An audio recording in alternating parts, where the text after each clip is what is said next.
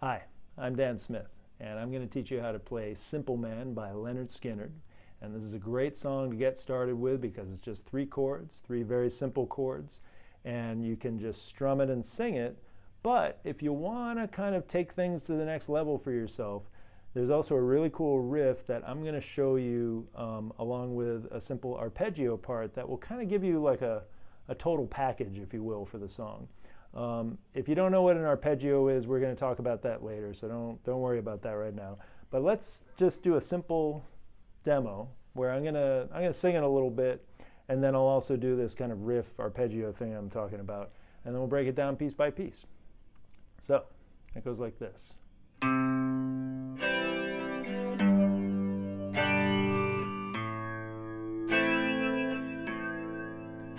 Mama told me when I was young, come sit beside me, my only son, and listen closely to what I say. And if you do this, it'll help you some sunny day.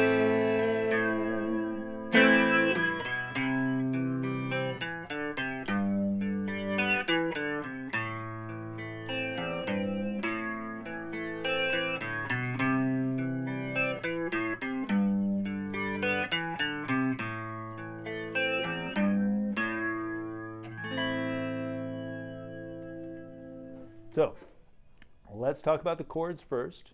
The very first chord is a C chord. And you're just going to do this very simply to start. You're just going to play the 5th string for your bass note and a down strum. 1 time for C. Then you're going to go to G, and there's many ways to play G. We're going to look at it like this. We're going to do what we call the 4-finger G.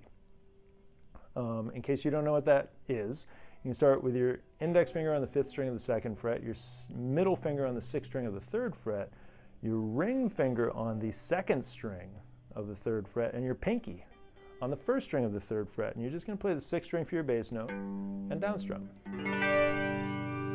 Then you're going to go to A minor.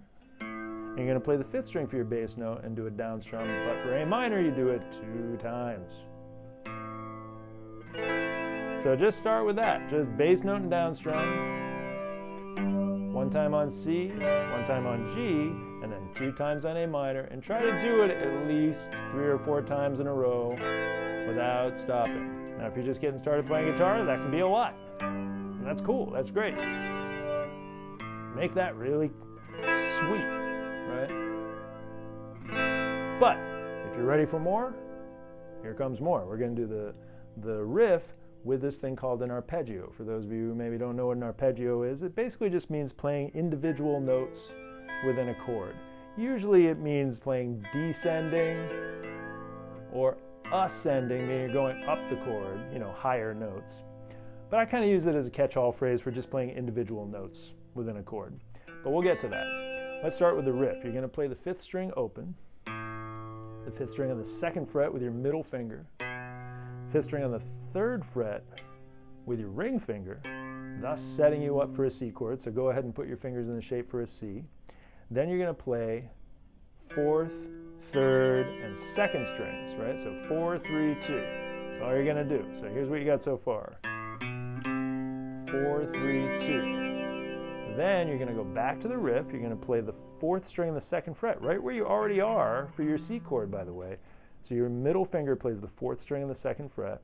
Then you play the 4th string open. Then you play the 5th string on the 3rd fret with your ring finger. And then you play the 6th string on the 3rd fret with your ring finger. And that sets you up for G. Now I know what you're thinking. This doesn't look like the G we were doing before. This is another way to play G, which if you haven't played it this way, it'd be good for you to do it that way. Whichever way you're not good at playing G, try to play it that way and then you'll have options. So, what is that? That's your 2nd finger on the 5th string of the 2nd fret, your ring finger on the 6th string of the 3rd fret, and your pinky on the 1st string of the 3rd fret. So we've got boom, boom, boom, boom. Then you're going to play the same 3 strings for your arpeggio again. 4, 3, 2. So So to recap, we got 4, 3, 2, 4, 3, 2. Then we're going to do the same riff we just did, that same bass line, but it's going to end on a different note. So I'm going to go back to my 4th string on the 2nd fret with my 2nd finger, play the 4th string open. Then I'm going to play the 5th string on the 3rd fret with my ring finger, but instead of going to the 6th string like I did before, I'm going to play the 5th string open, thus setting me up for my A minor chord, at which point I'm going to play 4, 3, 2. You might be sensing a theme with the whole 4, 3, 2 thing, right?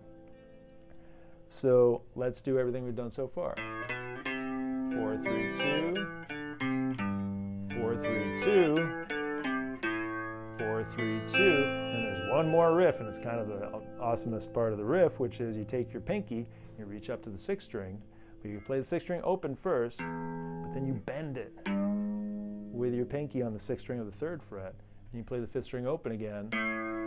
And then you're going to do your last arpeggio, which is going to be a little different. You're going to, instead of just doing 4, 3, 2, you do 4, 3, 2, 3. So altogether, that last part sounds like this. 4, 3, 2, 3. And you go right back into it.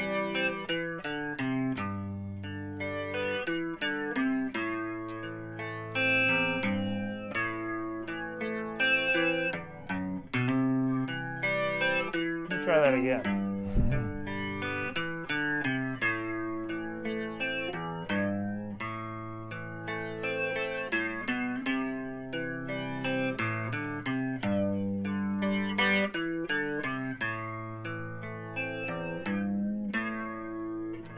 Now, I'm going to give you 2 pieces of advice to do this riff.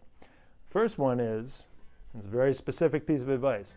When you do the second part of the bass line, not this walk up, but the second part, bow, now, now, now, right?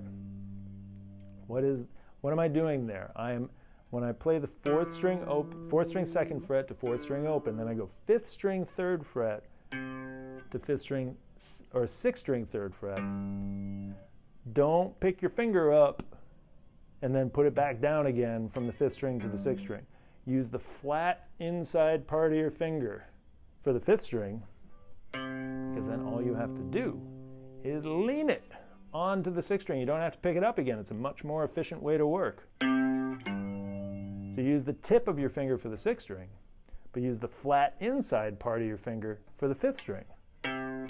Feel how much smoother that is? Bow, now, now, now. That's piece of advice number 1. Piece of advice number 2, and this holds true for virtually every song, certainly any riff in any song, which is the most important part of this riff is when you sew up the end of the riff with the beginning of the riff. So let's take a look at that, right? Here you are in A minor, you just did your gnarly little bend.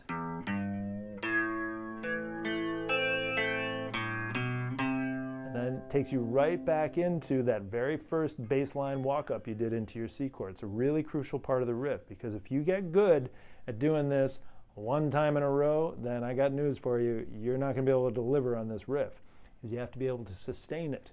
You have to be able to do it multiple times, right? So the most important part is where the end connects up with the beginning. So just isolate that part for yourself, right? Here you are in A minor. 4, 3, 2, 3, 5th string, right? Don't stop and then start again. It's all got to be seamless, right?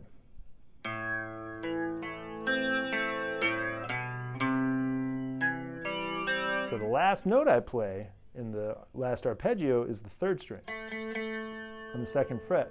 But then right after that, no pause, is my 5th string. So get good at that. Isolate just that one little note transition. Will make a huge difference in your playing.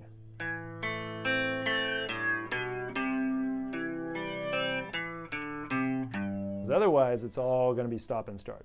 So that is my latest rant about, not just about this riff, by the way, about virtually any song. I see it all the time with my students. They'll learn it one time through and then everything stops, and then they got to start over again. And then they wonder why things aren't flowing the way they want them to. So look for that. In this song, in any song you do, where are you putting a little hitch in your swing because you've gotten into this habit of doing things once, right? You got to learn how to sustain things. And that is what I just described to you there is a really powerful tool to look for in any song you do. Look for where you're stopping because, oh, I got to the end, stop, right? Instead of continuing on and sewing those two things together. You got to the two things being the end and the beginning again. You got to be very deliberate about it. And the more kind of proactive you can be about that, I guarantee you, it'll actually make everything easier for you because your playing will take on this kind of momentum. And momentum is really, it's kind of the name of the game when it comes to music. Might not seem that way. It might seem like, oh, I've got to like work on my technique or whatever, but this is your technique. It's momentum. It will actually help your fingers get to where you need to get them if you approach it on this level. So I hope that helps. And I'll see you next time.